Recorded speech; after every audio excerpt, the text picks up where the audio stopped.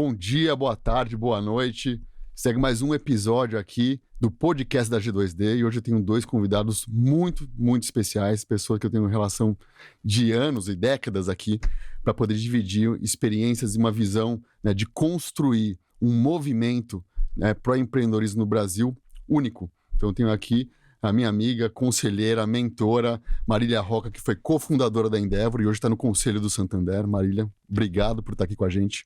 Maior prazer aqui, foi me reconectando com gente que eu tenho muita admiração. E o Luiz Manzano, que a gente não chegou a trabalhar junto, mas é uma pessoa que eu admiro, que a gente não teve um overlap de Endeavor, né? Talvez eu estava já em Nova York quando você estava... Sim, você estava em Nova York, quando eu entrei. Então a gente não trabalhou na mesma geografia, mas o Manzano era uma lenda viva aqui da Endeavor, amado por todos os empreendedores, e saiu para montar um fundo de Venture Capital super diferente, que quando ele me contou, eu falei, Manzano, eu preciso fazer parte disso, fiquei com aquela invejinha branca, e aí acabei virando investidor do fundo e tenho a honra de estar também no comitê de investimentos. Bem-vindo, Manzano. Que isso, o prazer é meu. Obrigado pelas palavras, Carlinhos. E assim, eu devo muito a vocês no final, né? Porque vocês começaram a Endeavor que mudou minha vida, né? Quase 10 anos depois eu entrei no finalzinho de 2009. Foi o único lugar que eu trabalhei, o único lugar que eu prestei processo seletivo. E eu tô aqui, né? Montei o fundo muito por conta dessa experiência. Então, isso que é ser seletivo e saber o que quer fazer, né? Ou ter um pouco de sorte na vida, né? Todo mundo precisa de um pouquinho. Não, e o Manzano, ele tinha uma cara muito de novinho, mas eu tinha também. Não, ainda tem. Né? A barba engana. Né? Tipo, eu também tenho a barba aqui, que é a parte mais grisalha, que fica na barba, então ficou a barba para o pessoal acreditar a idade que eu tenho. Mas na Endeavor, a gente tinha que avaliar muitos empreendedores. Eu lembro que teve um empreendedor, o Miguel, que eu acabei recusando o empreendimento dele e ele ficou louco. Você não tem nem 15 anos de idade, você está aqui me recusando e não sei o quê. Então, a gente enfrentou desafios parecidos, né, de credibilidade por ser novo. Acho que hoje o pessoal não tem mais isso, mas naquela época, né, ter cabelo branco ajudava muito a passar respeito. Mas a gente era um grupo de jovens, acho que a gente tinha um conselho muito forte de empresários super conhecidos, né, que nos respaldava, e no final, eu acho que a qualidade das pessoas, do processo, era nítida, energia das pessoas, era nítido a evolução de quem passava pelo processo de alguma forma, ou participava dos programas de educação, enfim, eu acho que a gente criou um movimento de pessoas que acreditavam que realmente empreender podia mudar um país, uma perspectiva, e deram o seu melhor. A gente tinha ali o melhor do lado A e do lado B de todo mundo, né? Sejam os empresários que nos apoiavam, sejam os empreendedores. Eu acho que a gente tirou o melhor de uma turma muito especial. Já que a gente está falando dessa parte da turma especial, da criação do movimento, eu acho que é legal, Marília, você contar como que foi a ideia de criar esse movimento, e você foi a primeira pessoa que eu conheci que fundou uma startup remotamente, porque a Endeavor na época era uma startup. Tudo bem, era uma ONG, mas era uma startup que estava começando, e a Marília morava em Nova York, montando uma instituição que ia mudar, o que pretendia, né, ajudar a mudar o empreendedorismo aqui. Como que foi criar isso do zero, à distância? Acho que a gente começou a empreender desde o início, né? Na verdade, foi uma ligação do Beto Sicupira. Eu era bolsista da Fundação Estudar, na época, estava fazendo MBA em Columbia, em Nova York. E, na verdade, foram duas ligações. A primeira para o Beto me convencer a trabalhar na LL, na ferrovia, etc. E marcou um papo com o Alexandre Bering, que estava vindo para Nova York. Em 15 dias, o Beto mudou de opinião, me marcou um jantar com ele, com a esposa dele, a Cecília, na noite anterior à entrevista, e falou, olha, esquece do Alex. Falei, tem entrevista com o cara, ele veio para cá só para falar comigo, esquece, porque eu fiquei sabendo de um negócio que chama Endeavor, tem uns amigos que apoiam, tá indo mal, tá fechando no Chile, tá aberto na Argentina, tem uma turma aqui em Nova York, mas o negócio é o seguinte, eu tô trabalhando com private equity, E ele pegou um papelzinho rapidinho, escreveu assim, e falou assim, olha, a gente destruiu 250 mil empregos, e eu tenho certeza que para a gente ter sucesso eu vou ter que destruir muito mais. Então são as pequenas empresas que vão gerar inovação, empregos, e pô, no Brasil ninguém entende nem o que a gente fala, quando a gente fala de term sheet, a gente precisa fazer alguma coisa. Não sei se é o modelo exatamente que a Endeavor está fazendo, porque pelo jeito não está indo tão bem, mas tem ideias muito boas, tem gente muito boa, dá uma olhada, vê o que você acha. Se você for fazer e topar, se comprometer por 2 anos, eu tô dentro. O cara nem conhecia ele, quer dizer, eu tinha feito 2 entrevistas, uma com 18 anos na faculdade, quando eu tive a primeira bolsa do Garantia, e a segunda para pedir a bolsa para a Colômbia. Então, não sei, aquela energia, aquela ideia de que, a gente podia impulsionar muita gente com boas ideias no Brasil, me pegou meu coração. Até porque a gente estava vivendo a bolha da internet, né? A gente está falando de 99. A bolha já começava a estourar, mas eu acho que aquela semente de que empreender podia ser algo com upside e algo que a sociedade tivesse admiração e respeito, eu acho que aquilo contaminou o mundo inteiro. E eu acho que foi o pontapé inicial. Ô Marília, quanto tempo você demorou desse jantar para falar que você topava? Quase não deu tempo de eu falar, porque isso aconteceu no domingo à noite. Segunda de manhã eu fiz a entrevista mais louca da minha vida com o Alex, tentando não me comprometer com nada, mas também não demonstrar nada. Eu lembro que aquela noite eu liguei para o meu ex-marido, eu cheguei em casa 00:30 e contei para ele mais ou menos, né? Eu entrei no site da Endeavor para ver o que era, estava fora do ar, por falta de pagamento. E aí eu falei para ele, cara, eu não sei o que é esse negócio, mas pelo jeito dá para acertar, para ficar uma coisa bacana. Ele falou, já tenho certeza que você vai fazer isso. E o Beto ligou 3 dias depois, falando se eu já tinha conversado com a Linda, quanto que a gente precisava gastar e se eu já tinha, tipo, um pequeno business plan. Quer dizer, não teve nem você topa, foi meio que... Eu não sei, eu acho que a gente se sincronizou naquele sonho, né? Acho que para mim, pessoalmente, eu aprendi ali, assim, que eu sou da reforma, assim, sabe? Eu não consigo pegar uma folha em branco, mas eu adoro entrar num lugar que já tem paredes e imaginar como é que aquilo pode virar um palácio, né? E foi um pouco dessa sensação que eu tive com o Beto falando, olha, isso está funcionando, isso não está, eu não entendo isso daqui. E eu olhei e falei, mas é sobre excelência, é sobre unir pessoas para um propósito maior. Eu fiquei muito empolgada. E como que era? Hoje a gente fala de um ecossistema, né? Naquela época, ele imaginava falar de ecossistema, né? E eu lembro quando eu entrei, né, fui trabalhar na Endeavor, depois eu conto uma outra história que eu fui recusado lá no fazer a seleção, depois eu prestei de novo, falei, não, eu vou entrar lá. E aí até vocês me contrataram, foi por insistência, eu topei trabalhar de graça, não tinha dinheiro para pagar, e eu fui lá e consegui trabalhar.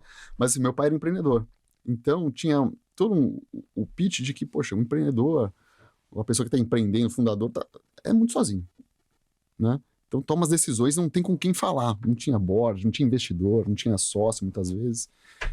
E essa era uma coisa que me pegou, porque meu pai, como empreendedor, era exatamente isso, né?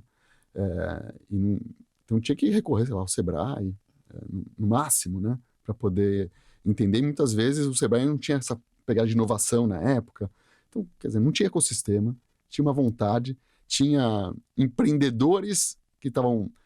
Não eram nem mal assessorados, não eram assessorados, sozinhos, tentando por tentativa e erro, né? Como o empreendedor sempre fez. Cara, e uma falta de compreensão do porquê que isso era importante. Eu lembro que, assim, quando a gente começou, e começamos de lá, né?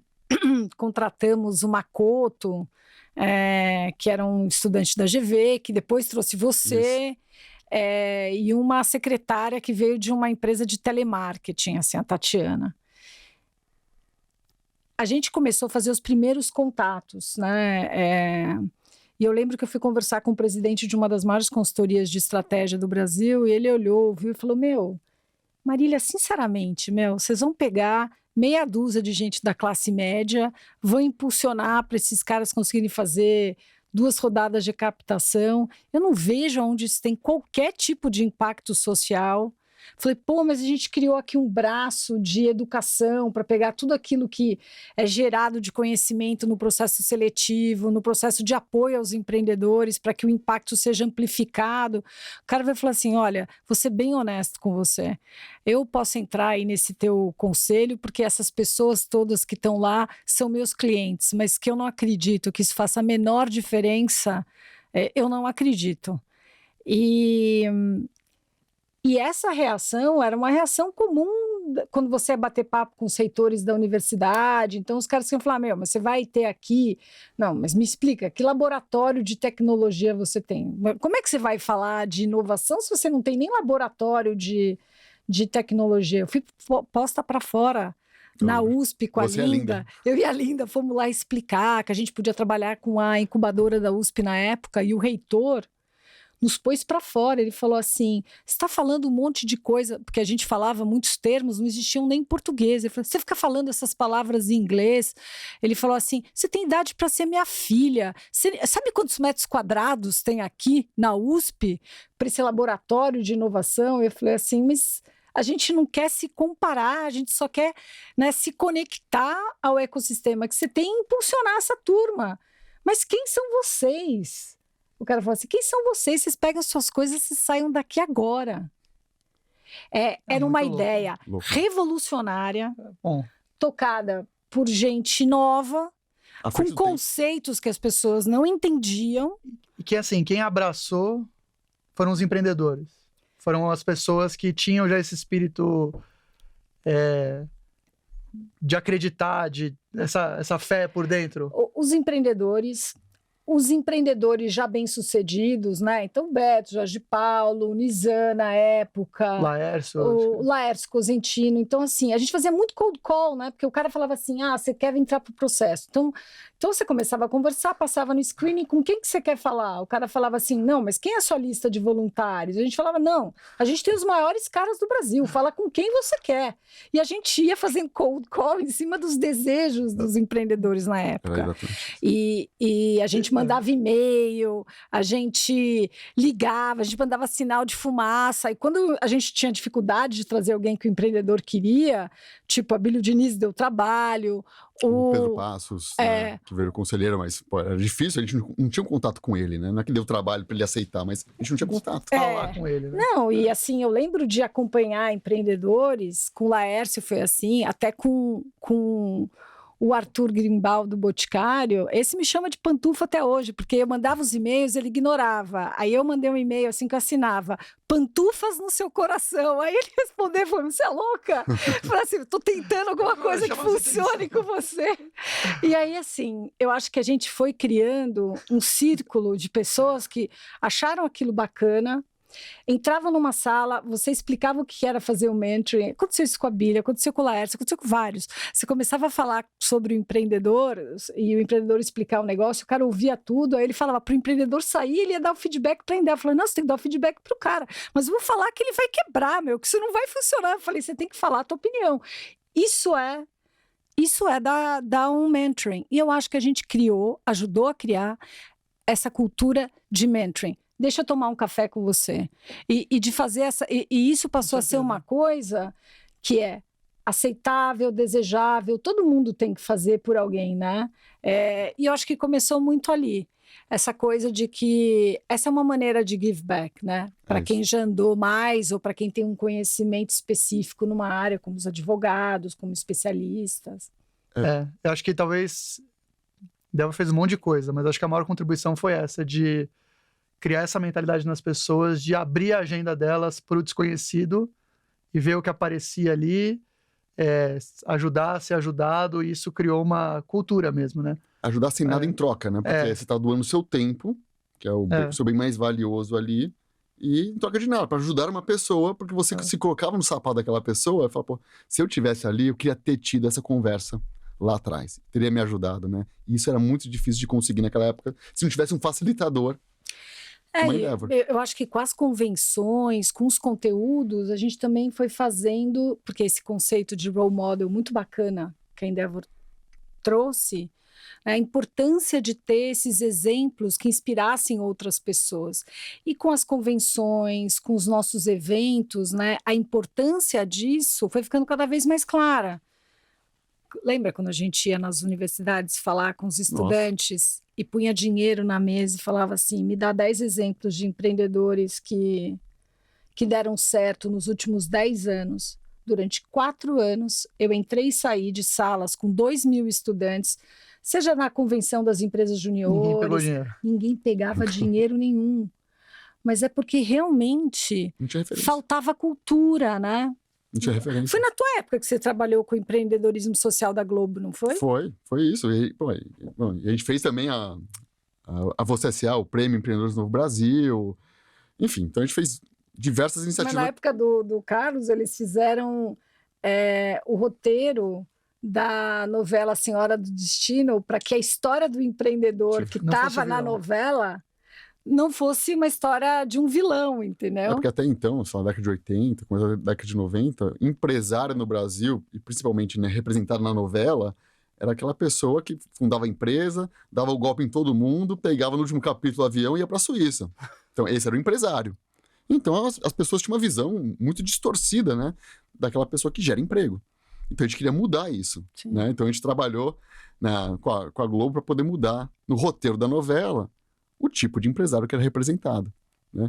Mas como que foi, Marília, criar o primeiro evento, né, de empreendedorismo de inovação, né, de empreendedorismo disruptivo, que é o que a Endeavor defendeu e levanta essa bandeira até hoje? Essas convenções, elas eram sempre muito faladas, né? Então a gente tinha uma linguagem muito moderna para a época. Então era assim, no divã, empreendedor e investidor contam tudo. A gente botava os caras no divã, no palco, e a gente misturava os ícones do empreendedorismo no Brasil com gente que estava começando, contando como ia acontecer. Tinham salas onde a gente punha ampulheta e tinha a possibilidade deles fazerem pitch para os primeiros investidores de venture capital que estavam chegando.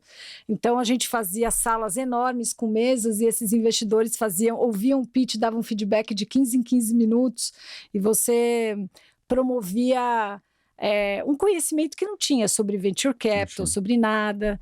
Lembro que a gente teve dificuldade no primeiro, para ter, assim, público, né? Apesar dos nomes, né? A gente trouxe gente da Endeavor Global para falar, investidores de fora, empreendedores de fora, misturados com os daqui. E aí eu lembro que a gente tinha começado...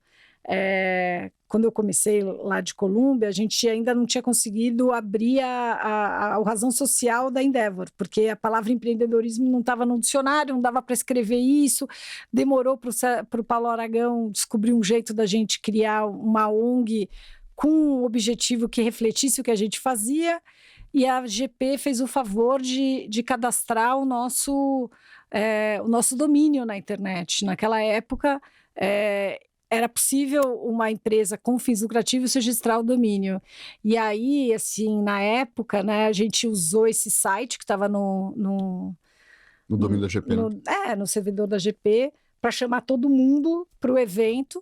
Na mesma hora que a GP estava em Nova York fazendo uma apresentação para investidores de um sistema de acompanhamento do portfólio, derrubamos a GP, a gente teve assim, milhares de pessoas entrando online, porque apesar do estouro da bolha, eu acho que, de alguma forma, as pessoas passaram a acreditar naquele sonho de que empreender poderia, sim, significar abrir capital, gerar valor para a sociedade, ficar rico, por que não, né?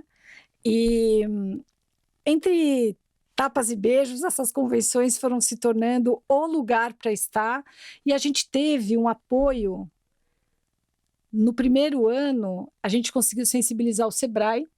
O Sebrae entendeu que a gente estava trabalhando com scale-ups, que não estava replicando o que eles faziam e que estava dentro do espectro do que eles podiam apoiar. E a Amprotec, né? O Fiat, o Aranha, o pessoal das incubadoras tecnológicas viram que faltava uma caixinha de ferramenta que a Endeavor tinha. E a gente começou a se estabelecer nesse nicho de inovação. Mas tinha todo uma desconfiança do mercado, né? De que, poxa, a Endeavor é um braço escondido da GP para conseguir né, fazer deals baratos e tudo mais, por conta desse domínio, né? Que caiu. E aí teve não sei se foi um jornalista que entrou e viu que o domínio estava registrado o nome da GP, e aí lançou uma notícia fake, né? A primeira fake news que eu tive na vida foi essa, né? Tipo, que a Endeavor era, na verdade, um braço disfarçado da GP para poder investir em empresas com condições melhores, né? E, enfim, então, por mais que a gente estivesse tentando fazer o bem, juntando pessoas, e sem ganhar nada por isso, porque a Endeavor é uma ONG, tinha gente contra. Cara, mas eu não sei, eu acho que Deus pôs a mão, sabe? Desde, assim, a primeira notícia que saiu, que a gente estava chegando e que gerou, quase 2.000 empreendedores aplicaram para a Endeavor no primeiro mês que a gente começou.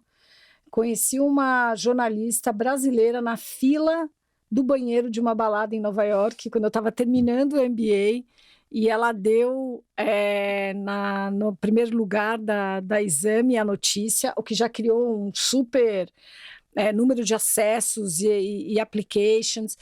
Teve essa notícia, saiu, né, em vários veículos, assim, na véspera do nosso evento de abertura, o Jungle Training aqui no Brasil, e eu recebi uma ligação de uma assessora de imprensa, ela chama Beth Alina, trabalhava na Parsons na época, e falou, o que vocês estão fazendo para se defender disso? Eu falei, moça, acabei de chegar do MBA, estou aqui há 2 dias no Brasil, não sei nem como é que isso aconteceu. Falou assim, eu estou indo para aí, a gente precisa te ajudar. Eu vi lá na Exame que você precisa de voluntários, você só voluntária.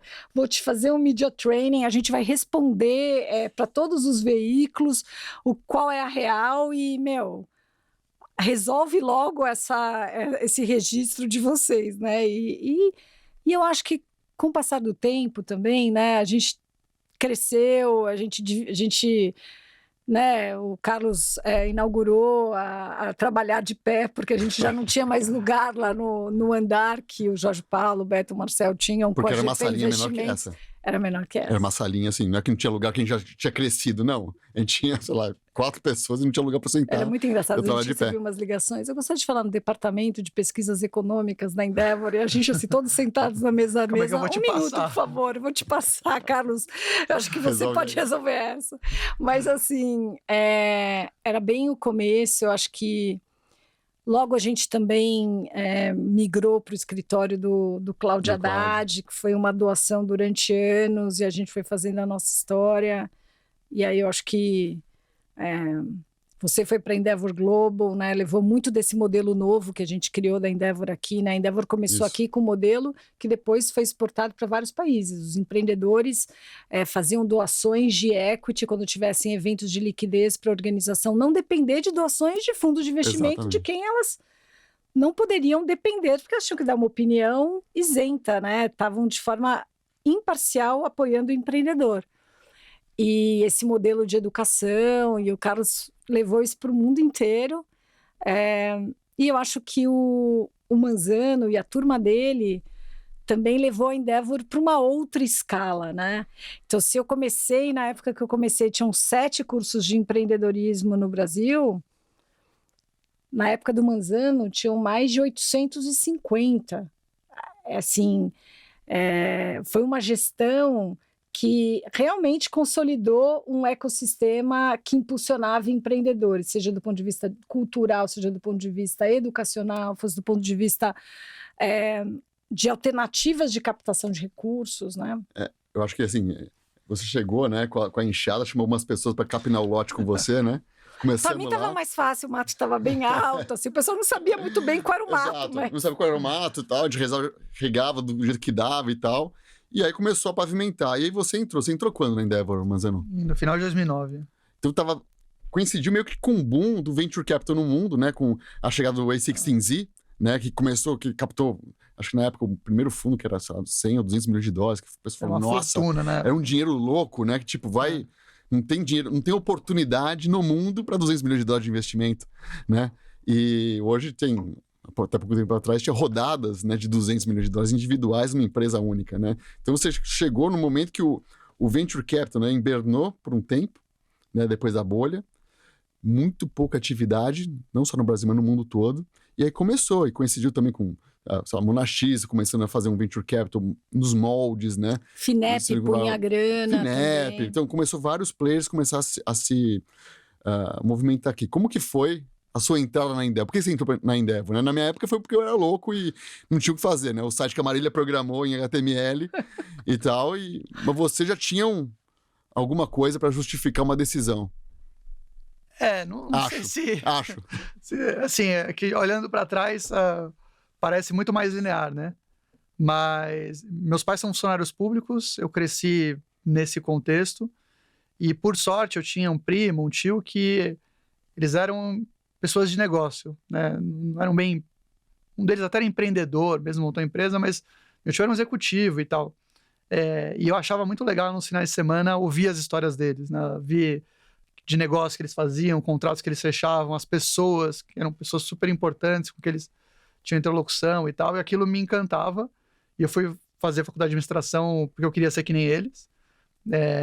E eu fui fazer GV, no começo eu me sentia meio culpado porque era uma escola cara e tal, resolvi ir para a empresa júnior porque queria começar a trabalhar, acho que tirar um pouco dessa, né? E lá eu conheci uma pessoa que é a Sandra Betti, que fiquei 2 anos e meio na empresa júnior, e eu lembro que eu falei, olha, Sandra, eu quero ter um negócio, sei lá, eu quero ser presidente de um negócio, Fui contar para ela essas ansiedades e tal, ela falou, você tem que ir para Endeavor. E eu lembro até hoje, foi um jantar na casa dela, que tava eu, o Alexandre, meu sócio hoje no Big Bets, ele que organizou esse jantar, porque ele tava pensando o que ele ia fazer de carreira, enfim, da vida, e mais um amigo nosso, e os 3, né, saíram da empresa júnior naquele momento. E ela foi no quarto dela, ela imprimiu um job description da Endeavor e falou, você tem que ir para esse lugar, é a sua cara, não sei o que e tal. E eu acho que eu fui muito mais por confiar nela do que por um processo super...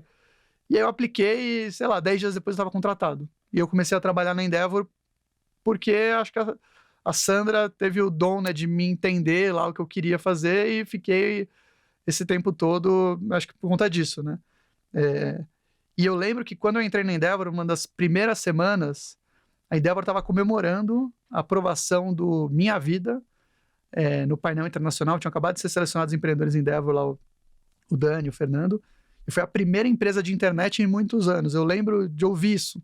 E assim, pra ser sincero, eu nem sabia, eu não tinha consciência de que era empresa de internet, que era diferente.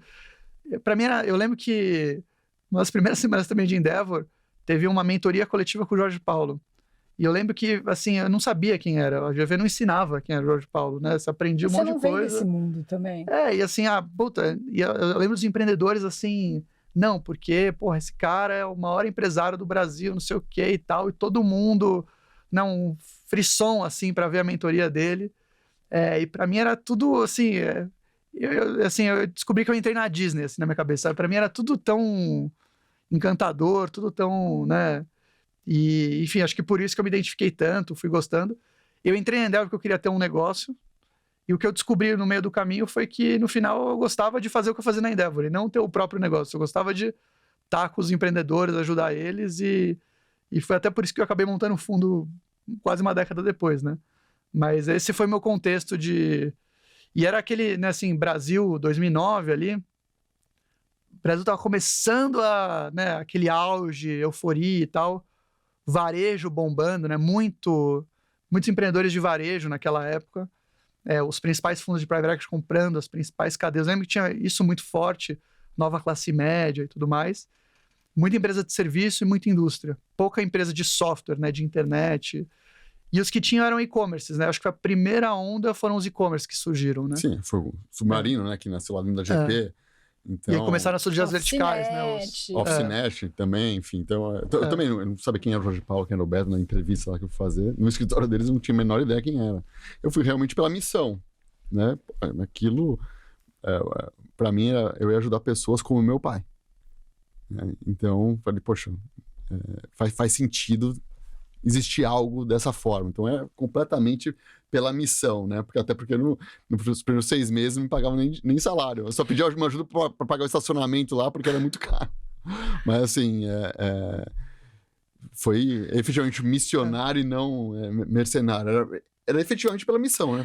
Eu Você acho também, que você também. sempre funcionou muito para quem queria ter protagonismo, servir aos outros, muita curiosidade intelectual, né? E que precisasse trabalhar por um propósito, né? Total. E eu lembro, assim, eu ganhava R$ 700 quando eu entrei na Endeavor, que era tipo um quarto do que o salário, né, que as De um pessoas estágio. de um estagiário.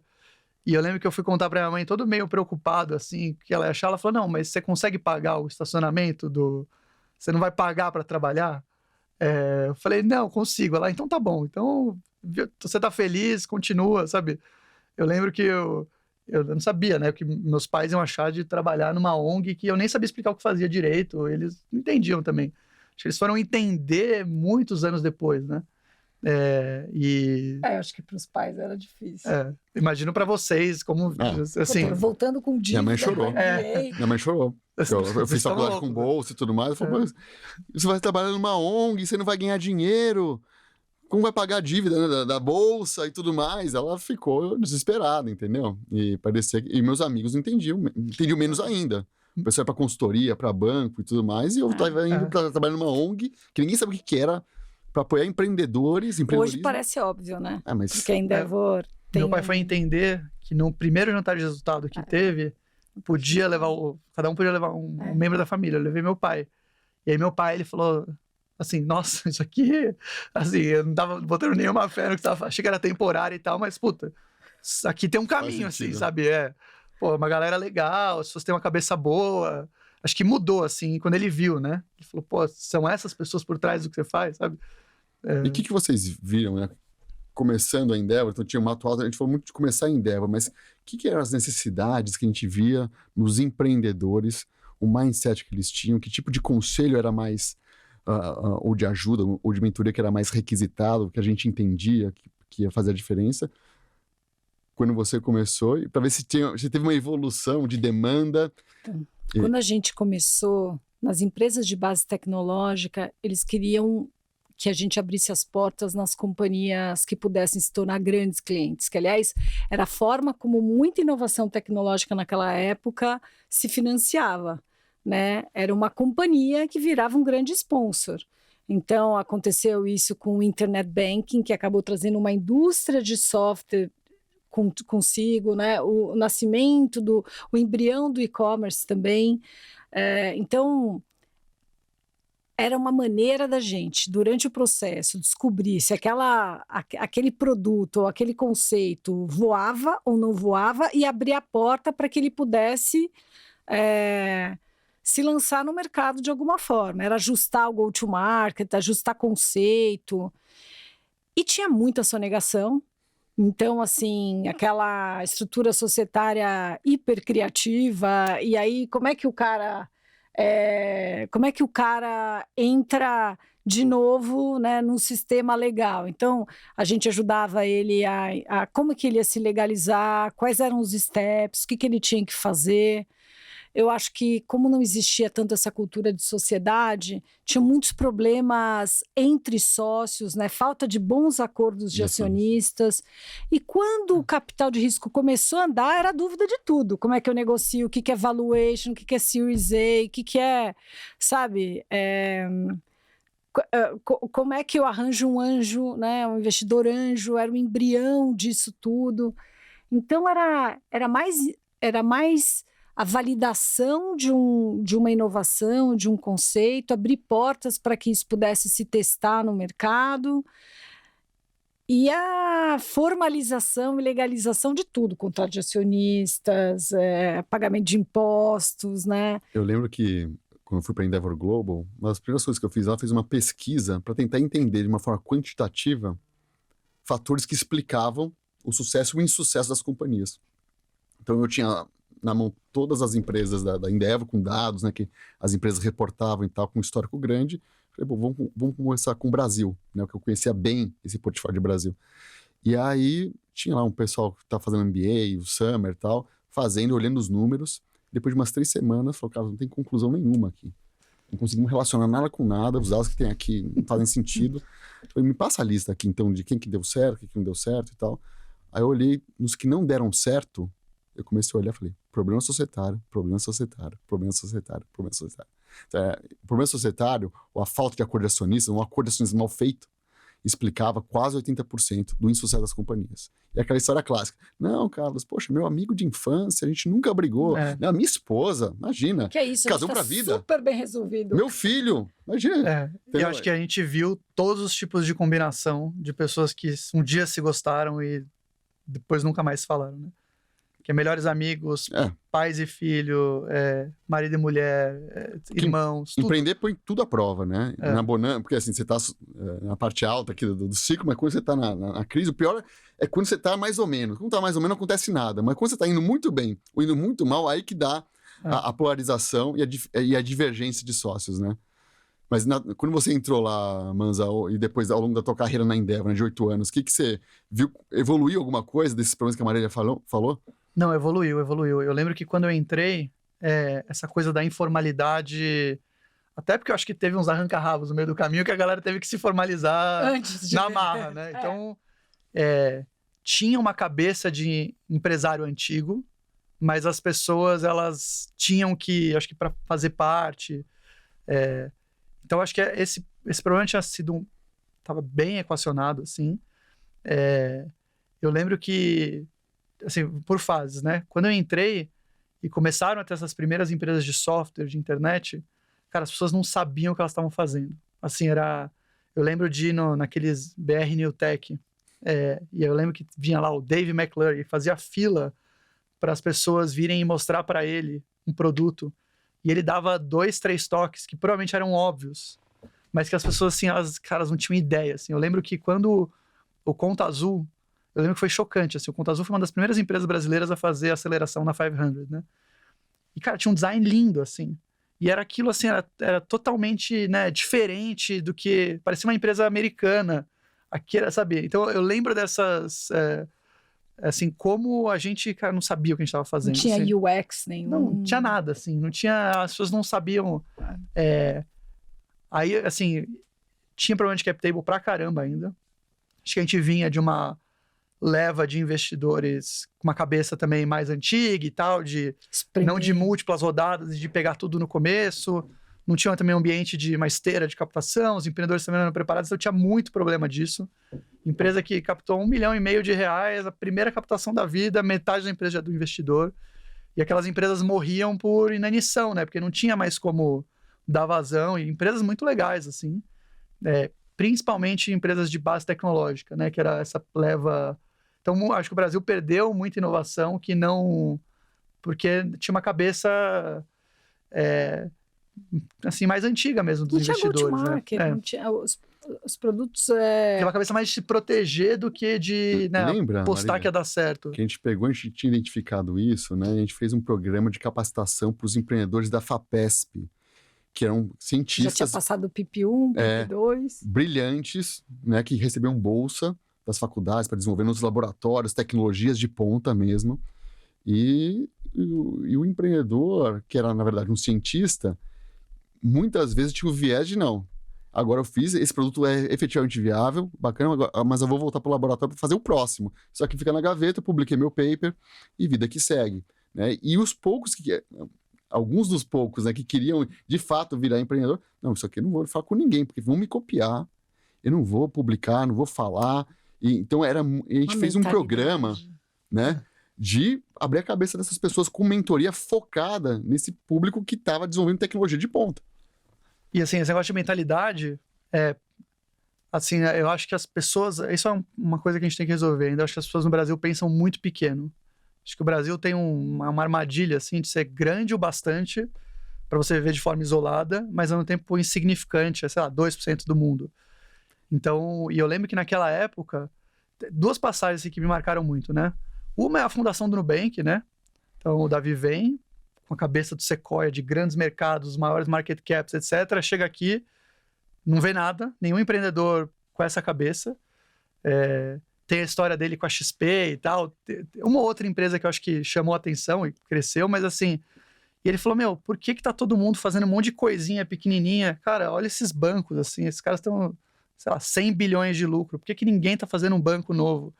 E eu lembro que a cabeça do brasileiro era, cara, impossível, assim. O Brasil meio oligopolista, pré-Lava Jato, seria impossível desafiar né, aquele status quo, assim, E aí ele foi lá e fez, assim. Então, eu acho que...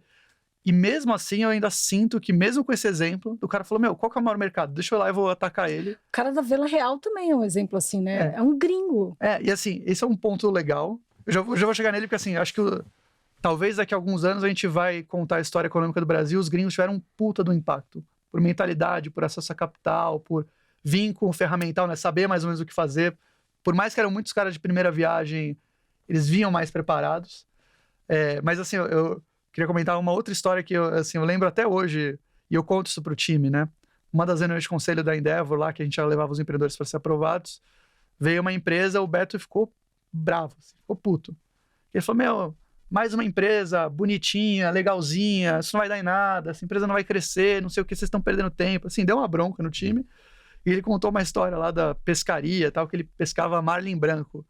Ele falou, no marlin branco, tá escuro, não sei o quê, passa um monte de peixinho colorido, bonitinho, mas se você não tá mentalizando a barbatana do marlin branco, você nunca vai pegar ele, porque ele aparece de vez em quando, é raro, não sei o quê. Então, vocês têm que ficar, cuidado com a distração. E eu lembro também, uma vez, uma mentoria com o Marcel. De caçar lemur? Ele... Essa também ele contou uma vez, que era uma tribo aborígene, sei lá, mas que era meio que... Que saia pra caçar, e aí falava, olha, mas tá passando agora, não sei que bicho que era, o koala, o canguru. Pássaro, Não, a gente se preparou, a ferramenta, o time tá todo preparado pra caçar lemur, não é pra caçar comida. A gente veio pra caçar lemur, então a gente tá focado pra caçar lemur. Se passar todos os outros bichos aqui, a gente não vai pegar. Viemos pra isso. A gente foi treinado pra botar a barra lá em cima, né? Isso é muito importante. E você não se distrair, né? E eu lembro assim, tem uma mentoria do Marcel também que foi inesquecível, que alguém falou assim, Marcel, eles gostavam lá do good to great, né? Então, cara, por que a Americanas é good e a Ambev é great? Ele falou, não concordo, acho que as duas são great. Aí retrucaram e falaram, não, mas Marcel, a Ambev comprou a Budweiser, a Americanas não comprou o Walmart. Tem diferença entre elas. E ele é coisa mais charmosona, ele abriu um puta sorriso e tal, falou, não, tem bom negócio e mau negócio. E tem um range ali no meio. Americanas tem um informal na frente, o produto não é seu. Lá, deu um monte de justificativa porque que era um negócio mais difícil de operar e porque que a Ambev era um... E eu lembro que a gente voltou, assim, os meninos, né, turma lá da Endeavor, a gente falou, cara, existe bom negócio, existe mau negócio. Sabe, um puta insight, assim. Então, eu acho que o empreendedor brasileiro, de maneira geral, ele não tem essa cabeça... Sabe, cara, vou pro... Né, se perde um monte de distração, não tem essa cabeça, cara, qual que é o bom negócio para ser feito aqui, né? E acho que fica muito isolado, né? Eu acho que essa mentalidade a gente ainda não quebrou. Eu acho que tem um trabalho aqui de, né, fazer as pessoas pensarem maior, pensarem diferente. Eu acho que muita coisa a gente aprendeu nesse processo, né? De acompanhar os empreendedores, né? A gente aprendeu que resolver problemas societários é quase impossível, por mais que a Endeavor pudesse apoiar e etc. Você podia arrematar as arestas, mas essa questão do tamanho da oportunidade, né? A gente foi amadurecendo ao longo do tempo e entender também que você pode ter o melhor jockey do mundo, né? Se o cavalo, que é o mercado, não for bom, não tem o que ele possa fazer, entendeu? Às vezes, né, um jockey piorzinho, mas num mercado que está explodindo, dá certo. Encontrar esses limites, né, do que você pode promover e ajudar a se desenvolver, e o que é impossível de alterar para botar energia no lugar certo, né? Foram aprendizados difíceis, o processo, com muitas pessoas participando, muitas opiniões, era um processo de cooptação. Às vezes a gente ficava super frustrado quando não emplacava alguém. E é verdade que, olhando para o passado, muitos dos que a gente não emplacou, claramente a decisão, apesar da nossa frustração, foi perfeita. E alguns que a gente selecionou, às vezes na segunda ou terceira rodada do processo, conseguiram acertar o market fit, se tornaram muito mais focados, aprenderam pra caramba no processo e decolaram depois. Essa história, assim, para mim, o exemplo clássico é o Ebanks, né? Na Endeavor tinha meta de seleção de empresa, né? Porque você vai ter os exemplos regionais e tal. E o escritório do Paraná, em 2012, estava com muita dificuldade de achar.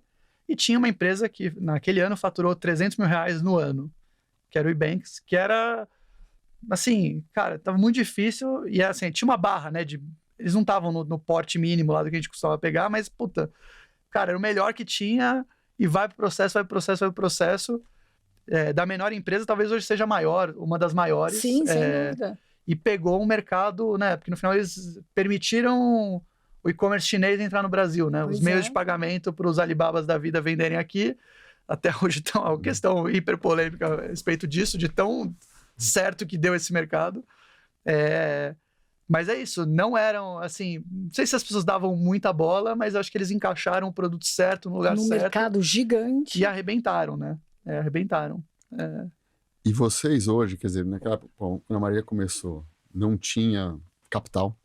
Então, a gente tinha até o modelo de negócio da Endeavor era atrelado a levantar capital, mas aí a gente viu que a gente ia morrer porque não tinha capital para investir, né? Era muito restrito.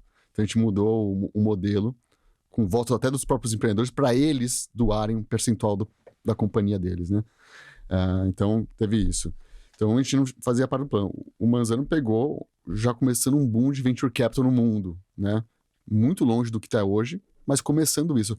Já era parte do plano da Endeavor de, você precisa levantar capital, ou isso era mais uma ferramenta que estava disponível para alguns empreendedores? Porque hoje, basicamente, se você está empreendendo, né, em tecnologia e autocrescimento, é meio que você nem pensa em uma outra forma de financiar que não seja via venture capital, hoje em dia. Naquela época era algo que precisava de convencimento, não estava tão forte ainda, e o empreendedor precisava gerar caixa por conta própria, ou vender seus ativos, né, para poder investir na empresa. Como que era nesse começo? Não, tinha muito pouco, assim, e não era o contrário, era exceção ter fundo. Que eu lembro que a Endeavor tinha esse modelo de doação dos 2% sobre a empresa toda, né? E quando começaram a aparecer essas primeiras empresas com fundo, o fundo não topava. Ele falou, cara, eu não vou doar 2%, eu não posso, assim, eu tenho um compromisso com meus LPs, eu não posso fazer isso. E eu lembro que começou a ter atrito, a gente levou para o conselho e falou, gente, a gente precisa começar a fazer só dos empreendedores e não do fundo. E eu lembro que o conselho foi resistente. E eu lembro que o Marcos Simões, ele fez lá um levantamento, ele falou, olha, cara, ninguém vai topar. E o conselho... Aí eu lembro também, eu não estava nessa reunião, mas eu lembro do pessoal, do Marcos, do Juliano, voltando de uma reunião com o Beto, comentando que ele falou, putz, nesse negócio de internet é assim, tem que dividir mais, assim. Assim, era... Sei lá, e não é tanto tempo atrás, é 10 anos atrás, 11 anos atrás. Então eu lembro dessa mudança, mas foi muito rápido. A Marília comentou do Brian. Para mim, o ponto de inflexão foi 2014, quando entrou Viva Real, Beleza na Web, e não é uma empresa de internet, mas era o Doutor Consulta, que também tinha esse perfil de caras muito preparados, né? Sofisticados, fazendo um negócio com muita clareza e um propósito muito grande, né? Quando esses times entraram para a Endeavor, assim, acho que foi a mudança ali. E acho que não foi por acaso, né? Se você for pegar, boa parte das grandes empresas que surgiram no Brasil, pode ser RD, pode ser Ebanks, Olist, Pipefy, né? Não as empresas, mas os empreendedores. Aí você vai para a Incognia, você vai para o Hotmart lá em Minas, Melios. Essa turma toda começou a empreender nesse ciclo aí de 10 a 14, né? Então foi quando começou as empresas a amadurecer. E aí veio uma leva que, assim, eu lembro que quando eu virei diretor da Endeavor, o grande problema é que o portfólio não crescia. E foi relativamente fácil resolver esse problema, que foi só começar a selecionar uma turma que vinha voando, né? Então a gente acelerou muito esse processo. E foi muito rápido, assim. Acho que em 2011, a Endeavor fazia lá o painel de internet Endeavor, que é quando o Paulo conheceu o Ariel Renato. Em 2015, metade do portfólio já era, sabe, foi muito rápido a virada de chave, assim. Mas Porque o mercado também virou, né? Mudou muito rápido. Mudou muito rápido. Esse é o ponto, porque assim, né, quando a gente começou lá, tinha poucos empreendedores de tecnologia, né? Porque assim, tem que contextualizar para quem está chegando agora no mercado, não tinha banda larga, Não tinha mobile. No máximo você tinha o celular da cobrinha, né? No app, que você conectava ali, era super caro. Não tinha programadores, eram Não muitos tinha poucos cloud. programadores. Não tinha Eu lembro que assim, eu aprendi o que era cloud nesse começo de Endeavor, e eu não entendia, assim. Era essas coisas meio conceituais, assim, de explicar aqueles fluxogramas de software, eu não entendia nada. E aí alguém falou, não, cara, é que nem o seu Gmail. Não tá na sua máquina, tá em algum lugar.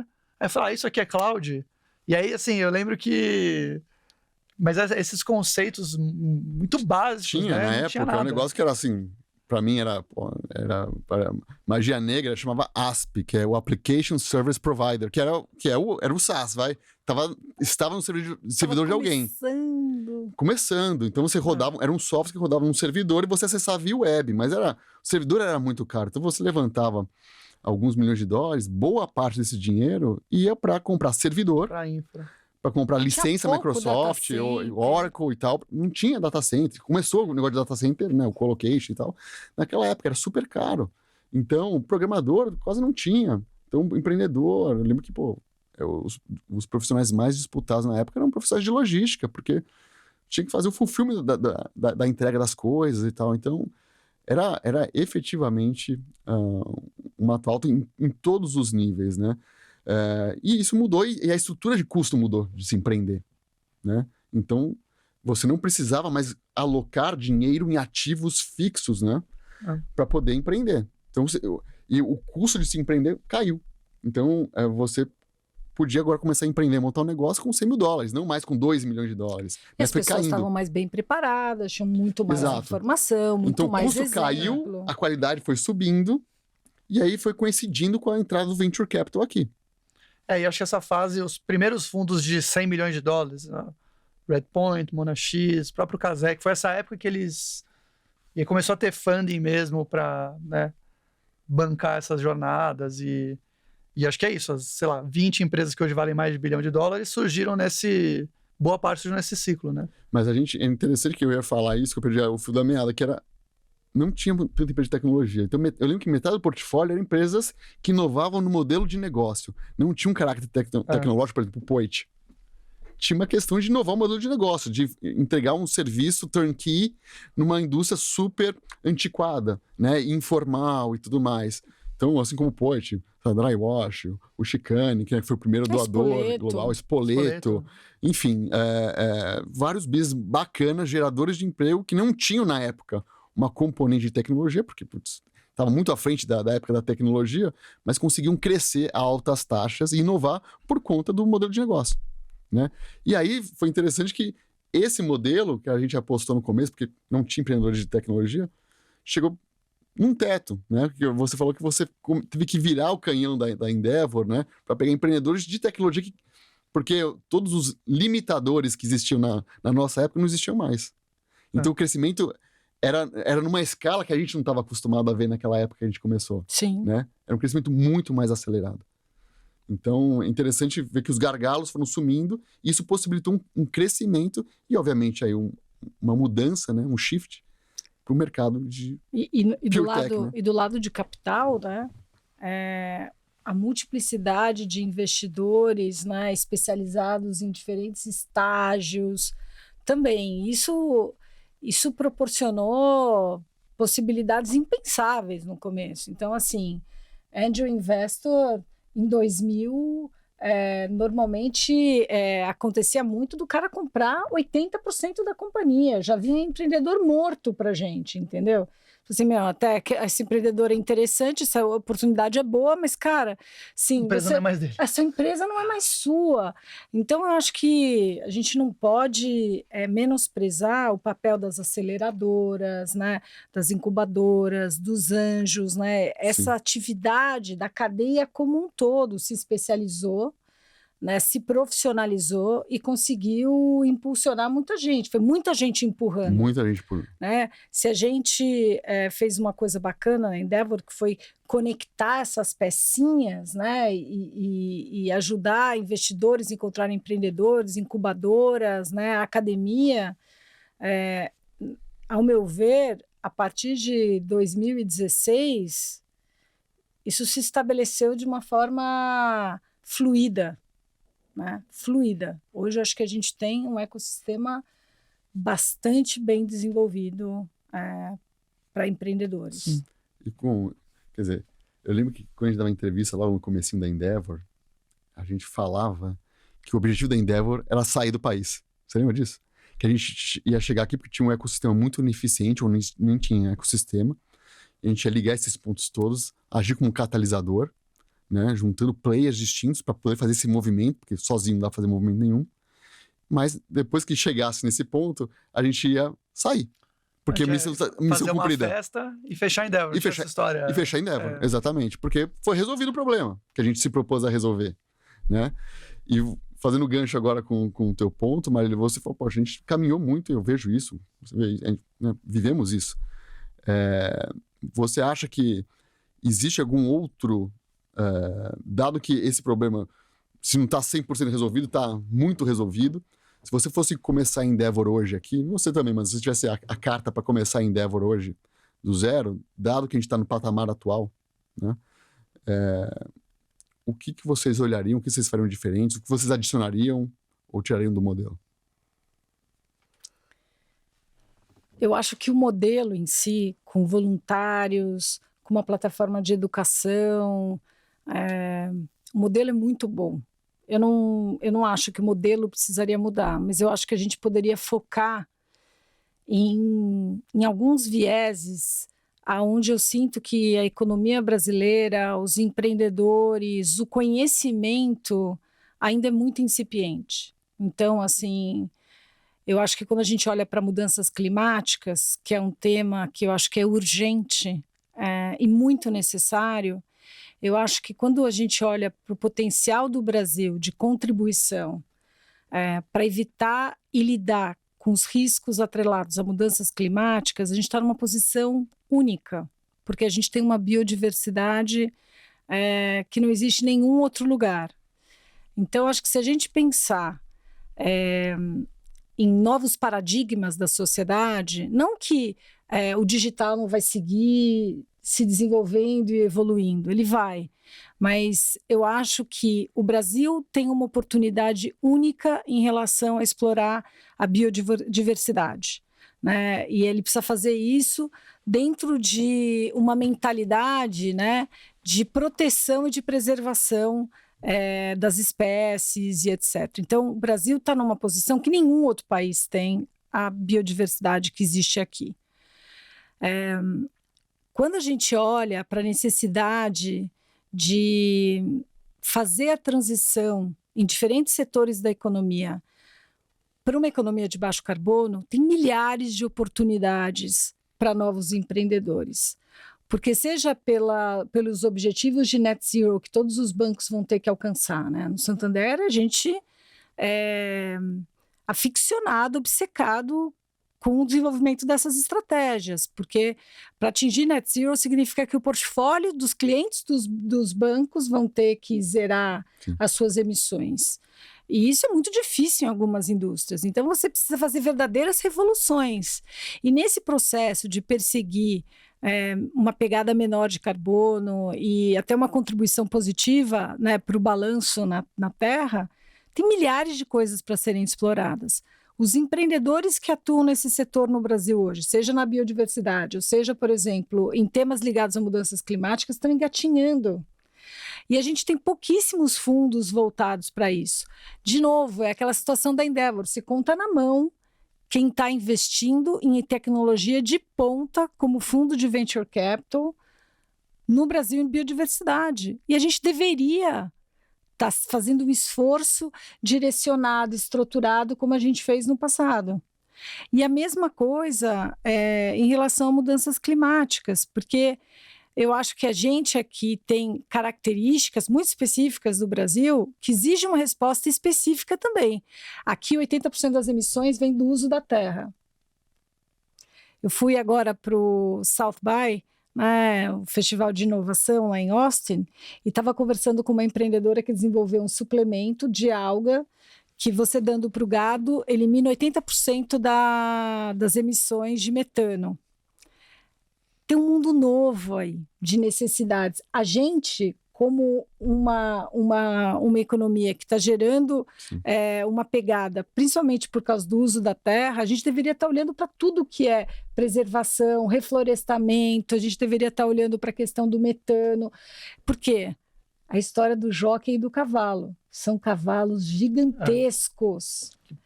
E a gente precisa de um conhecimento científico, a gente precisa de uma nova, de uma nova natureza de voluntários, uma nova natureza de fundos, entendeu? A gente precisa azeitar essa cadeia. Porque você precisa, para montar um ecossistema, você precisa de massa crítica, né? De empreendedores, de investimento, enfim, de todos esses stakeholders. Né? Eu me sinto lá em 2000 nesse tema. É verdade. Eu acho que, assim, do mesmo jeito que não precisava ter a Endeavor no Vale do Silício, em Boston, em 2000, mas precisava ter em São Paulo, na Faria Lima, eu acho que hoje, e o Brasil é um país tão de contraste que, assim, talvez não precise mais na Faria Lima, em Pinheiros, porque acho que o ecossistema tá pronto, né? Tem as pessoas, tem a mentalidade, tem os investidores, mas você vai um pouquinho para o lado, você vai na USP, não tá, né? Ou ali acho que é o Votorantim, né? Que montou aquele hub ali na Zona Oeste. Aqui perto, né? É o que eu tô pensando. Não tem, né? Então, acho que a Endeavor deveria correr um risco onde o mercado não está disposto a correr, né? Que acho que por essa característica de ser tempo, de gente, exato. Então, acho que avançar nessas fronteiras, ir para a base tecnológica da ciência, né? O Brasil não produz ciência, né? Não tem... Então, acho que esse é um lugar total, assim, especialmente nesse lugar onde o Brasil tem uma vocação, né? Tem uma vantagem natural, produção de alimento, descarbonização do mundo. Acho que tem um monte de lugares onde que a Endeavor poderia atuar, né? E é isso, criar uma nova rede, criar uma nova... Acho que eu concordo com você, o conceito funciona e agora ele precisa ser, acho que, né, replicado num lugar mais cedo da cadeia, com mais novos risco, focos, né? Uma nova persona, vai. E no que você faz na Big Bets, você ainda sente carências? O que falta, né? A Endeavor veio para suprir carências. Você está olhando muita coisa early stage, né? O que falta hoje? Eu acho assim, a maior carência é da grandiosidade dos projetos. Sensação de que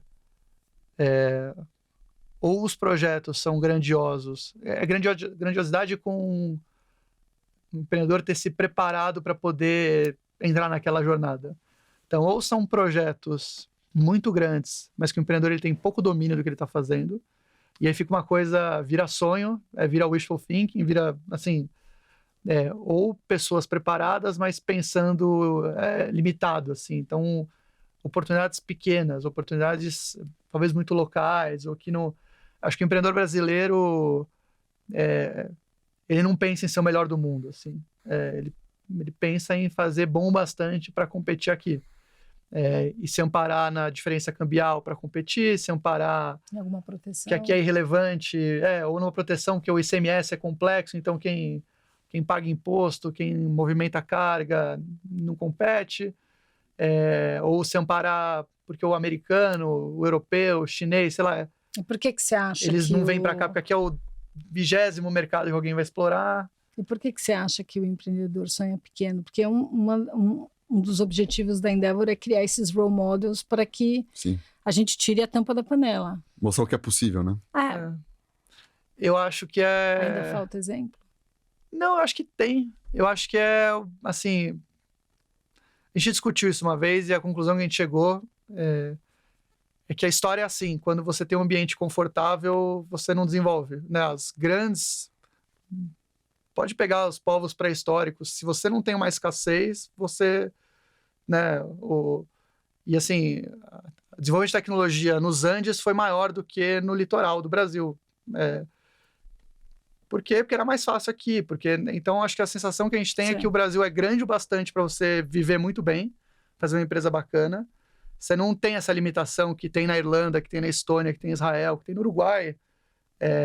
E a gente fica num lugar confortável, assim. Essa foi a nossa... A gente é refém do tamanho do nosso mercado. Da o Brasil é uma oportunidade. armadilha. Assim, faz a gente falar português, ter menos por conta disso, menos conexão com qualquer outro vizinho, pouca gente fala inglês, você não recebe o que está na fronteira do conhecimento, demora, né, anos para chegar, é longe, né, assim... Eu queria saber como que você faz lá no Big Bets, porque assim, na G2D, como que a gente, pensando como investidor, como que a gente fez? A gente criou uma estratégia que não depende de uma geografia específica para poder montar um negócio e achar boas empresas que vão dar bons retornos, mas mudando o mundo, né? Então, a gente decidiu não ficar só ou refém de Brasil, ou refém dos Estados Unidos, ou de Europa. A gente está nos três e a todo momento a gente olha quais são as oportunidades que a gente tem na mão e onde vai estar o melhor retorno, né? Porque se eu só posso investir em Brasil, eu fico refém, eventualmente, de um pool menor de empreendedores, ou dos Estados Unidos, ou da Europa, enfim, ou de qualquer tese, né? Então, a gente tentou diversificar. Hoje, só 30% do portfólio, mais ou menos, está no Brasil. O restante está fora. Então, a gente tenta diversificar a geografia, a moeda, o estágio, o mercado, né? Então, a gente construiu essa estratégia exatamente para não depender dessas fraquezas ou limitações que cada geografia impõe. Como que você faz hoje lá no Big Bets? É muito parecido, Carlinhos. Assim, acho que o Brasil ele tem projetos muito bacanas.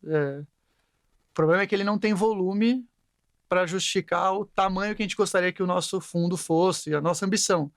Então a gente começou a olhar para fora muito com uma vontade de expandir mesmo nossos horizontes, enfim, nosso potencial, sei lá, o que pode acontecer com a gente.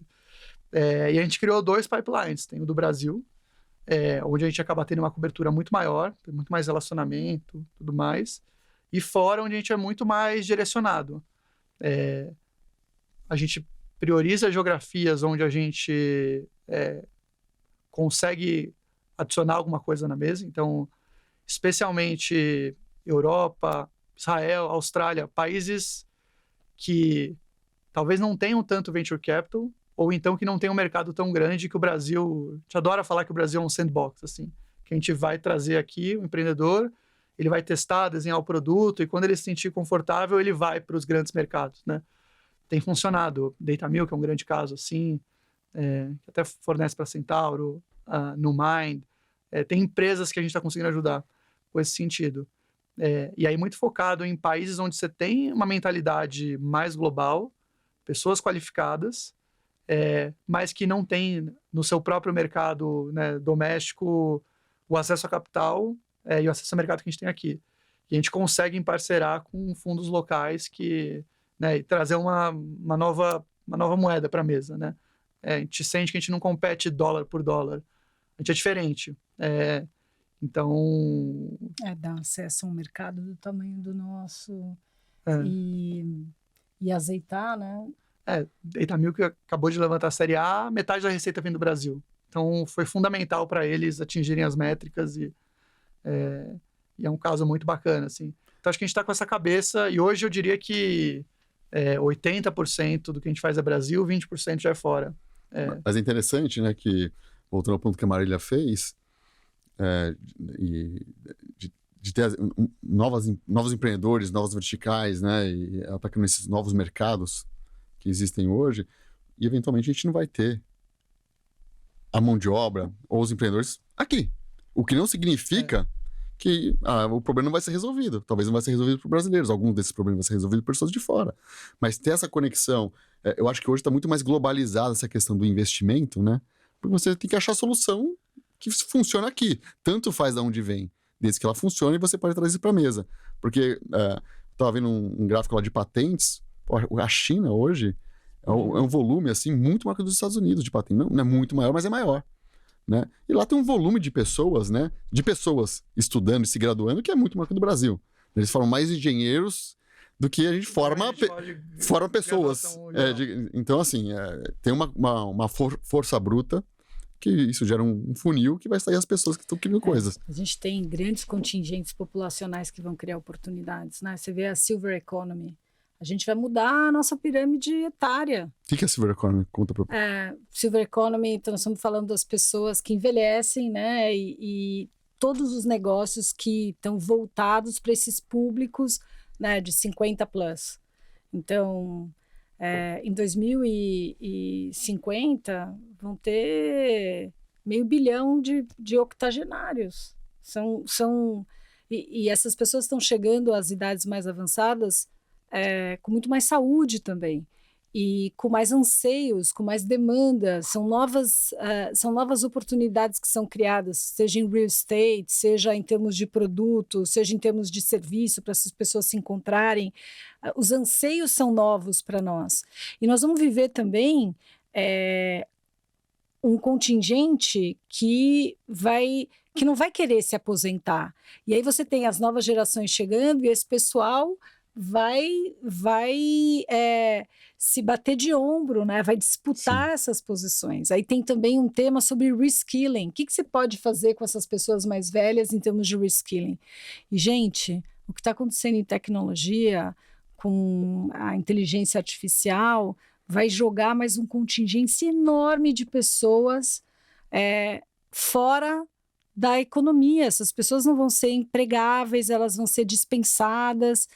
E o que a gente pode fazer em termos de oportunidade para evitar uma convulsão social, porque você vai ter um grande contingente de pessoas completamente alheio a essa nova economia e que vão precisar comer, que vão precisar se educar e que vão... Então, assim, eu acho que a gente precisa olhar para esses grandes movimentos populacionais, são novas demandas sendo criadas, né?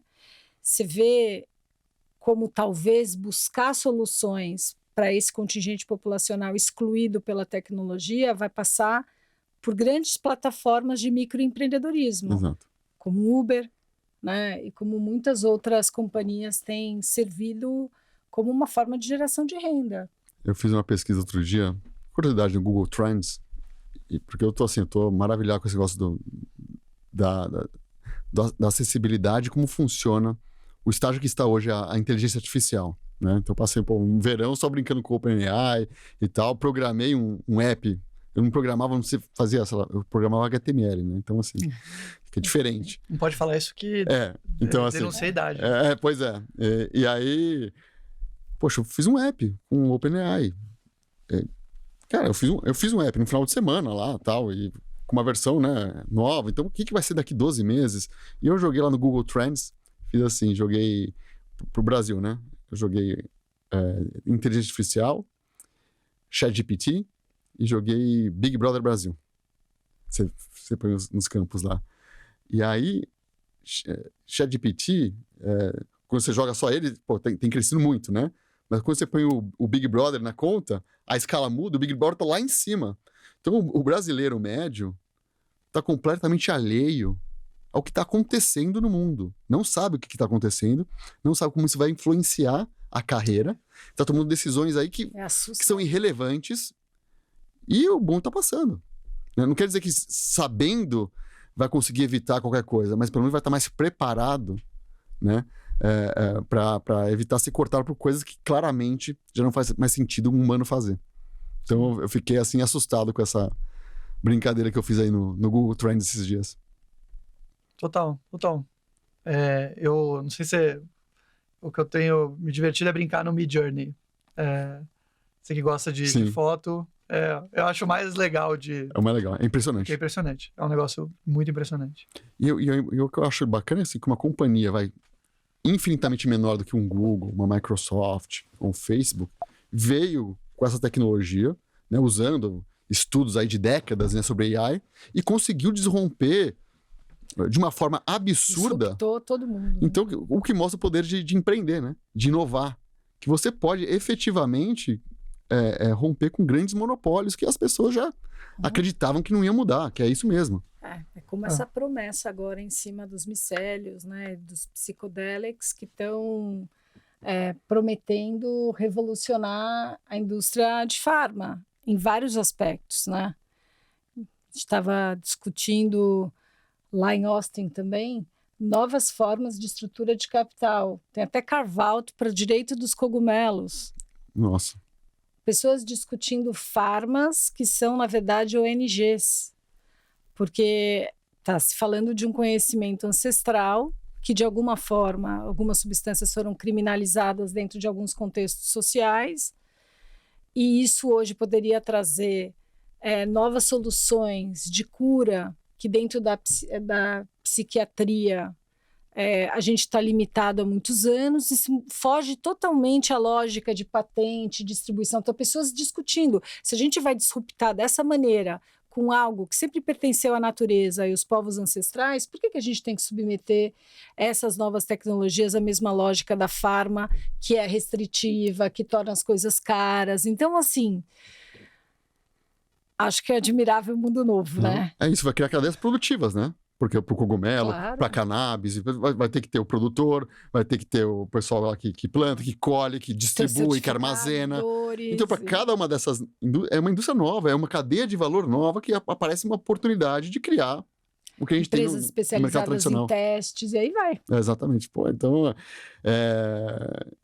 bacana ver que quem ajudou, né, a construir, colocar os primeiros tijolinhos, né, no ecossistema, que está atuante hoje e está vendo oportunidades, desde AI até psicodélicos, né, olhando como se manter atual e criar novos ecossistemas e indústrias, né, a partir daí para quem sabe colocar o Brasil na ponta. Então, eu queria agradecer aqui a presidente da Marília, que, como eu falei, mentora, parceira, amiga de longa data, e eu devo muito a você.